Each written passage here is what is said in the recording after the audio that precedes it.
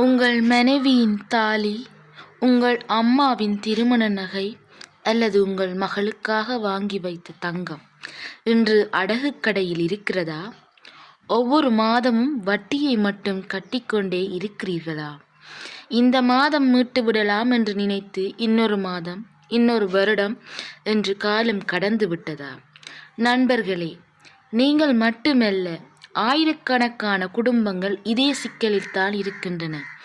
ஆனால் ஒரு நல்ல செய்தி இருக்கிறது. சரியான திட்டம் இருந்தால் அடகு வைத்த நகையை மீட்பது சாத்தியமே என்று சாணக்கியரின் நிதி மேலாண்மை சிந்தனைகளை அடிப்படையாக கொண்டு உங்கள் நகையை மீட்பதற்கான 10 சக்தி வாய்ந்த வழிகளை பார்க்க போகிறோம். இந்த வீடியோவை இறுதி வரை பாருங்கள். கடைசியில் சொல்லப்போகும் நல்ல ஒரு பழக்கம் உங்கள் வாழ்க்கையை முழுவதுமாக மாற்றக்கூடும். ஒரு சிறிய கதை. ராஜா என்ற குடும்பத் தலைவர் தனது மகனின் கல்விக்காக நகையை அடகு வைத்தார். 3 மாதத்தில் மீட்டுவிடலாம் என்று நினைத்தார். ஆனால் வாழ்க்கை வேறு திட்டம் போட்டது. மாதந்தோறும் வட்டி கட்டினார். 1 வருடம், 2 வருடம், 5 வருடம். அவர் கட்டியது பெரும்பாலும் வட்டிதான். அசல் தொகை அப்படியே இருந்தது. இந்த நிலை பல குடும்பங்களிலும் நடக்கிறது. அதிலிருந்து வெளியே வருவதற்கான வழியை பார்ப்போம். முதலாவது, உங்கள் கடனை முழுமையாக அறிந்து கொள்ளுங்கள். இதில் அடகு ரசீது, அசல் தொகை, வட்டி, காலக்கெடு ஆகியவற்றை எடுத்துக்காட்டுகளுடன் விரிவாக பாருங்கள். வட்டியை மட்டும் கட்டாதீர்கள். வட்டி கட்டுவது தீயை அணைக்காமல் புகையை மட்டும் வெளியேற்றுவது போன்றது. ஒவ்வொரு மாதமும் சிறிதளவாவது அசல் தொகையை குறைக்க வேண்டும்.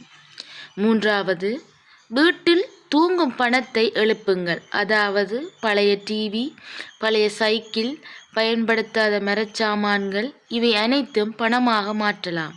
இதன் மூலம் உங்களுடைய அடகு பணத்தின் அசலை குறைக்க முடியும். வருமானத்தை அதிகரியுங்கள். ஒரு வேலை போதாததால் என்றால் மாலை நேர வேலை, வீட்டிலிருந்து செய்யும் தொழில், ஆன்லைன் சேவை போன்றவை மூலமாக பணமாக மாற்றுங்கள். இது 4வது. 5வது, சிறிய கடன்களை முதலில் முடியுங்கள். ஒவ்வொரு கடன் முடியும் போதும் உங்களுக்குள் தன்னம்பிக்கை அதிகரிக்கும். அதுவே பெரிய கடன்களை முடிக்க உதவும். 6வது, வங்கியுடன் பேசுங்கள். கேட்காதவர்களுக்கு சலுகை கிடைக்காது. மரியாதையாக பேசுங்கள். வட்டியை குறைக்க முடியுமா, கால அவகாசம் தர முடியுமா என்று வங்கியிடம் கேளுங்கள். 7வது, ஆடம்பரத்தை சில மாதங்களுக்கு நிறுத்துங்கள். 1 வருடம் சிக்கனமாக வாழ்வது பல வருட வட்டி சுமையை விட சிறந்தது. 8வது, புத்திசலித்தனமான சேமிப்பை பயன்படுத்துங்கள்.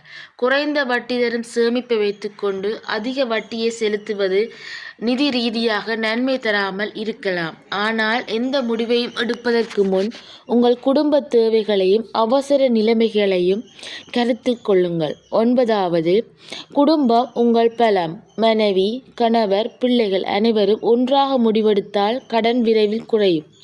10வது, மீண்டும் அந்த தவறை செய்யாதீர்கள். நகையை மீட்ட பிறகு ஒவ்வொரு மாதமும் சிறிய தொகையை அவசரகால நிதியாக சேமியுங்கள். அதுவே அடுத்த பிரச்சனையிலிருந்து உங்களை காப்பாற்றும். முடிவுரை.